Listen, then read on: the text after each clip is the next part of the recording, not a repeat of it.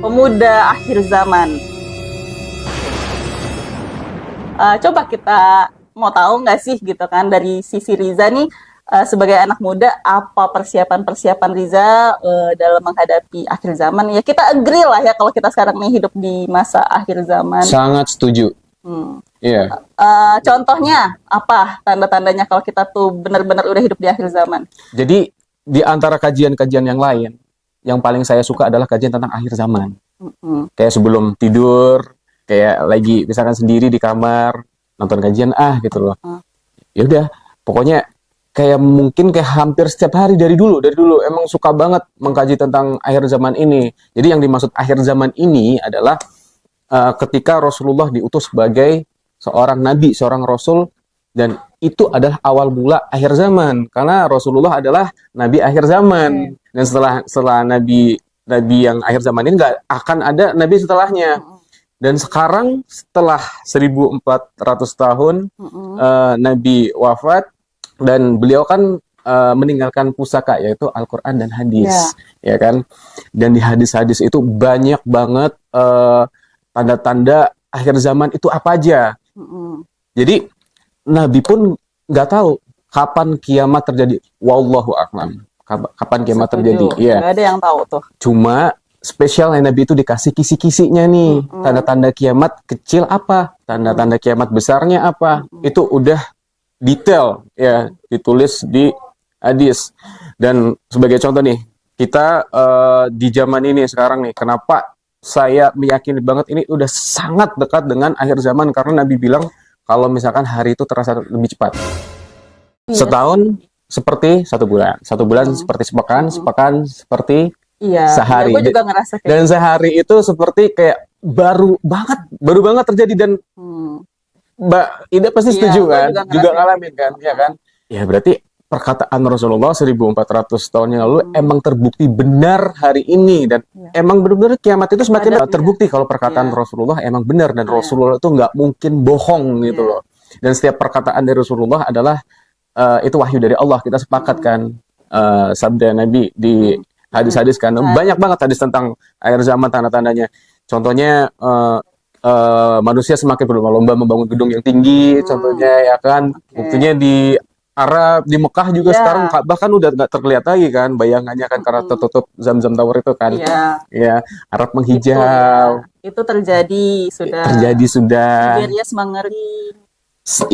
Mengarah ke sana. Terus paling menohok banget adalah Nabi bisa tahu kalau pasar sekarang itu adalah mudah diakses. Pasar semakin berdekatan. Contohnya sekarang kita bisa lihat sendiri, emang realitanya di satu mall ini, di sebelahnya ada mall lain,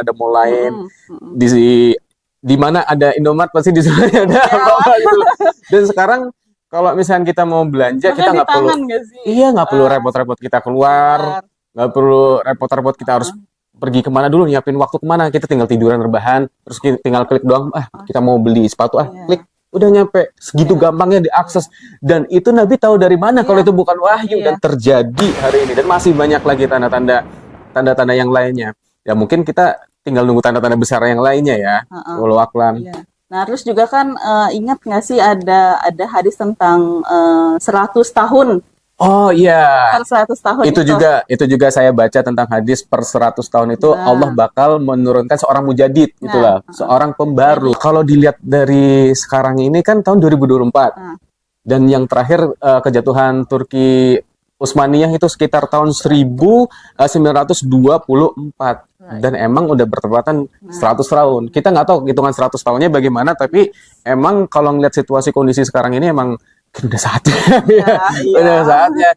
Karena gini loh Mbak, saya itu salah satu yang emang termasuk kritis juga, terutama tentang Palestine, terutama tentang perkembangan dunia sekarang ini. Dan saya juga kayak udah mulai gerah banget. Sekarang khususnya umat muslim itu banyak banget yang berselisih gitu loh. Yang berselisih, beda pendapat, saling menyalahkan satu sama lain, merasa paling benar, merasa paling itu. Itu maksudnya banyak banget konflik dan dramanya. Kalau misalkan seperti ini, gimana kita bisa bersatu? Gimana kita bisa bercita-cita untuk menyelamatkan Palestine, untuk menyelamatkan status umat Islam yang hilang kalau misalkan kayak gini caranya. Karena kita butuh persatuan bukan perselisihan gitu loh. Capek nggak sih, kayak kita bingung, kita tuh umat Islam banyak terpecah-pecah kelompok-kelompok, tapi mereka saling serang, saling berdebat. Mbak Ina pernah dengar ini ya, hadis tentang mubasyirat? Pernah dengar kan? Pasti dengar dong. Okay. Iya kan? Coba dijelasin mubasyirat itu gimana? Jadi mubasyirat adalah mimpi yang baik dari seorang mukmin. Dan mimpi yang baik dari seorang mukmin di akhir zaman ini adalah salah satu dari bagian 46 kenabian. Jadi setelah Nabi kan kita sepakat gak bakal ada wahyu lagi. Karena Nabi Muhammad ini membenarkan ajaran-ajaran sebelumnya, dan akhirnya terwujudlah Al-Quran dan hadis ini. Agama ini udah sempurna, udah final, tidak ada penambahan lagi, tidak ada pengurangan lagi. Artinya emang udah benar-benar perfect, gak ada cacat di situ dan gak ada kekurangan di situ. Tapi permasalahannya orang itu kan beda penafsiran. Dari ulama satu ke ulama yang lainnya, itu pun banyak khilafiyah yang emang sekarang tuh jadi perdebatan. Jadi sudah dipastikan untuk mempersatukan ini dari sekian banyak perselisihan dan perbedaan pendapat ini adalah mubasyirat ini. Mubasyirat adalah petunjuk dan kabar gembira dari Allah di akhir zaman ini. Berarti untuk membenarkan ajaran yang dibawakan oleh Rasulullah. Iya kan? Karena kita udah jauh banget masa bener. Di zaman Nabi terakhir itu. Perbedaan jaraknya 1400 tahun, dan 1400 tahun itu kan dari omongan Nabi ke akhirnya ke sahabat, ke omongan sahabat yang lain, akhirnya sampai sekarang 1400 tahun kan pasti penyampaiannya pun beda-beda gitu kan. Allah itu kasih clue bahwa ini yang membenarkan itu nanti ada mubasyirat, dan itu memang ada hadisnya.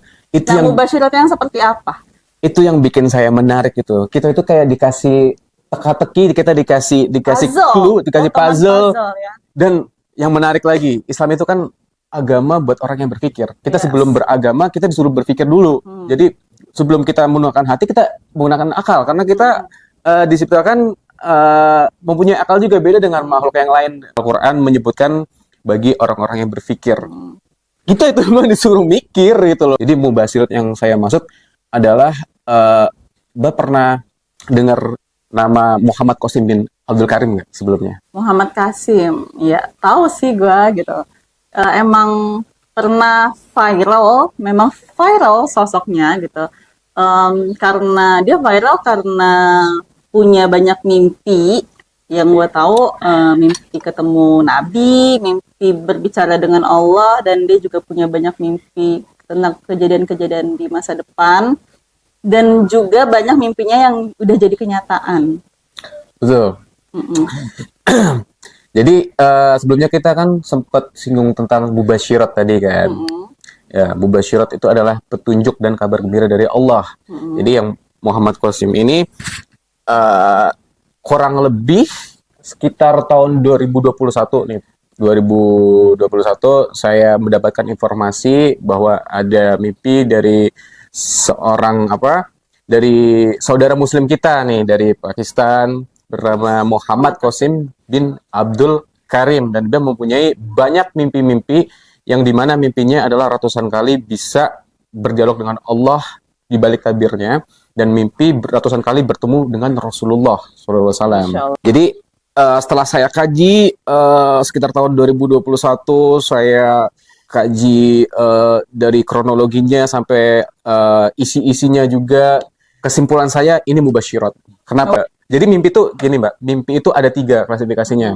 Mimpi dari Allah, ya mimpi dari setan, bunga tidur. Ini mimpi dari Allah. Kenapa saya bilang begitu? Jadi yang pertama tadi mimpi bertemu dan bisa berdialog dengan Allah di dalam mimpi gitu loh. Nah, bertemunya seperti apa? Bertemunya seperti kita lihat wujudnya langsung atau seperti apa? Nggak mungkin. Iya kan? Nggak mungkin kan? Langsung buka Quran di surat Asy-Syura ayat 51. Tidak patut Allah berbicara dengan manusia kecuali dengan wahyu, atau di balik tabir, atau melalui utusannya, yaitu malaikat. Ya. Dengan kehendaknya. Jadi